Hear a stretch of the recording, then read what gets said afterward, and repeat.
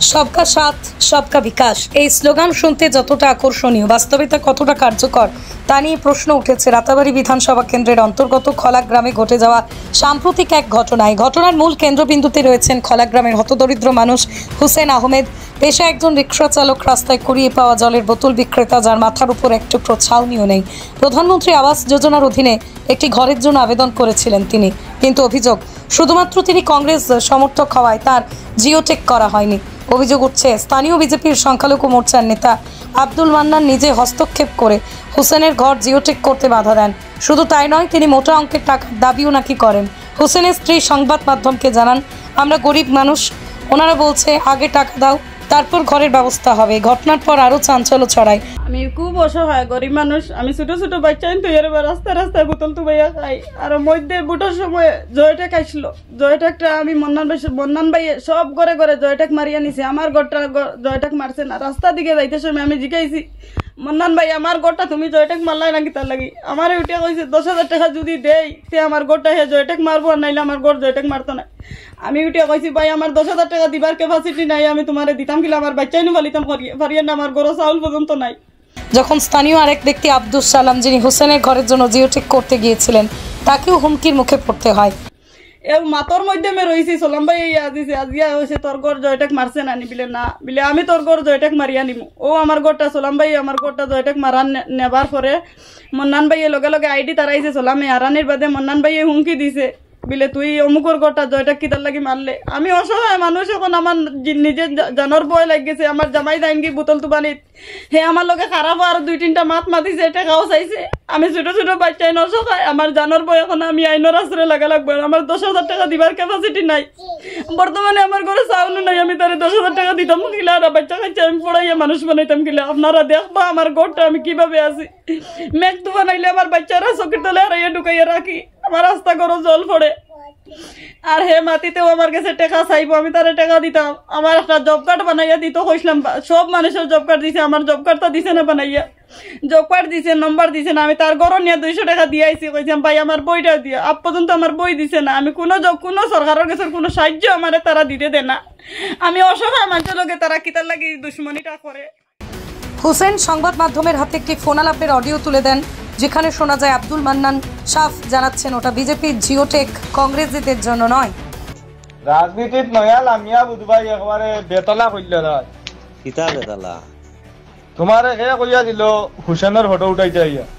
হ্যাঁ, হুসেনের photo photo উঠাইয়া upload দাও কইল। এ কইতো কি এবার কোয়া লাগেনি না না। এখন তুমি আমার তো উত্তর সাসার করে ভাই বড় ভাই একবারে তোমার আপন ভাই হইছে। হ্যাঁ, তুমি হুসেনের ব্যাপারে রাজনীতি ব্যাপারে কিছু জানো নি? তুমি নাই জানি না। তুমি তো ওইটা দেন আমার বললাই কমসে কম আমারে জিগাইতে আসিল না নি? আমি ওবাদি গেছি, যাবার বাদে কইলো আমার ঘর বুঝিওটা সরিয়া যাও গিয়া। এ তোমারে কইতো কিতার লাগি? তুমি কা বুঝবাইলা না নি? তার বাড়ির দ্বারা মানুষ তুই তোমারে কইলো কিতার লাগি? না বা আমরা এটা তো গিয়া মানছে কোতরা, তো আমার ঘরের দ্বারও গিয়া মানছে তোমার ঘরের দ্বারা না হয়, তোমার ঘর জেসা মানুষের ঘরের যদি মুখ যদি ভালো থাকে জেসা মানুষ করতে পারে।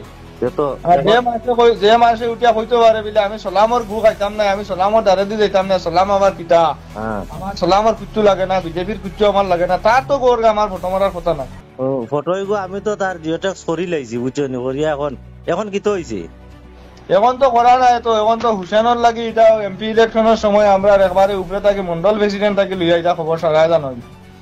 আমার আইডি দিয়া কোয়া হয়েছে কংগ্রেসি কোনো মানুষের ফটো মারতাম না। এখন আমি খোলাগাঁও টিকাইতাম না, হুসেন টিকাইতাম। এই ঘটনা শুধু মানবিকতার উপর আঘাত নয়, বরং একটি রাষ্ট্রীয় জনকল্যাণ প্রকল্পের রাজনৈতিক বঞ্চনার রূঢ় চিত্র। একজন দিনমজুরের মাথার উপরে ছাদ থাকবে কিনা তা নির্ধারিত হচ্ছে সে কোন দলকে ভোট দিয়েছে তার উপর ভিত্তি করে। এটা কি তবে নতুন ভারতের বিকাশ? এই অমানবিক ঘটনায় রাতাবাড়ী তথা রামকৃষ্ণনগরের রাজনৈতিক মহল উত্তাল। সাধারণ মানুষের মনে প্রশ্ন, সরকারি প্রকল্প কি শুধুই দলীয় আনুগত্যের পুরস্কার? গরিবের ঘর কি তবে রাজনীতির দর কষাকষির হাতিয়ার? হুসেন আহমেদ আশাবাদী তিনি সুবিচার পাবেন। তিনি রাতাবাড়ির বিধায়ক বিজয় মালাকারের দৃষ্টি আকর্ষণ করেছেন, যদিও এই বিষয়ে এখনো পর্যন্ত কোনো সরকারি বিবৃতি পাওয়া যায়নি। এই ঘটনায় যেন চোখে আঙুল দিয়ে দেখিয়ে দিল, এবার কি তবে রাজ্য প্রশাসন বৃহত্তর মাপের অভিযান ও গোয়েন্দা তৎপরতা চালাবে? সেই প্রশ্নই এখন জনতার মুখে মুখে। যে একটা মন্নান আর আব্দুল সালাম তারা দুজনের মাধ্যমে একটা ভিডিও বাইরে লইছে, যে ব্যাপারে বাইরে লইছে ও আমিও হুসেন আমার নাম, আমার গড় দরজাইতে আপনারা দেখছেন বা দেখরাও সনবিলর হফার থাকি লইয়া গান্ধীনগরের ফাড়ের বৃত্তর পর্যন্ত সব মানুষও আমার চিনে আমি কোন হারে আসি এই দেশ বাস করি আর রাস্তায় রাস্তায় বোতল তো বইয়া বাস করি। আমার লগে দুশ্মনী করে বিচারায় আমি নির্দলীয় একজন মেম্বারের লগে আঠার কারণে তারে বুট দেবার কারণে নির্দলীয় মানুষের লগে আঠার কারণে ও তার শত্রু দুশ্মন হইলাম আমি, যে তার পক্ষে না আঠার লাগিয়া না আটায় আমি আমার ওটুক করলো আমার গড়টা জেটেক মারতে সময় হেরে বহুত গরম দিছে। তে আমি ওখান তার লাগিয়া আমি হে মেম্বারও নাই প্রেসিডেন্টও নাই, যদি মেম্বার প্রেসিডেন্ট সেক্রেটারি কিছু হইতো আমি MLA স্যারের কাছে বিচার লইয়া গেলাম না, আমি বিচার লইয়া যাইতে পারি আর না তার কাছে ওটা লাগি হে তো কোনো প্রতিনিধি নাই। আমি আইনের আশ্রয় লইছি, আমার এই রেকর্ডিংও আপনারা শুনবা অতখান আছে যে রেকর্ডিংও হে কইছে আমারে সমালতো না গাঁও সমালতো, এখন আমারে সমালতো না গাঁও সমালতো কইছে এইখান আমারে সমালতে হইলে তো আমার উপরে দিয়ে আরো কোন বিপদ আছে হে নিশ্চয় জানে, এখান তো হেতার কইছে আমি কইয়ার না।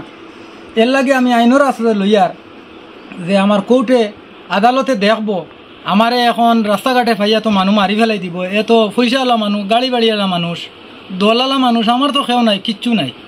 আর আমি কি হারে আসি আমার সনবিলের অফার থেকে অফারও সারা মানুষের চিনে আমি কিলা বাস করি আর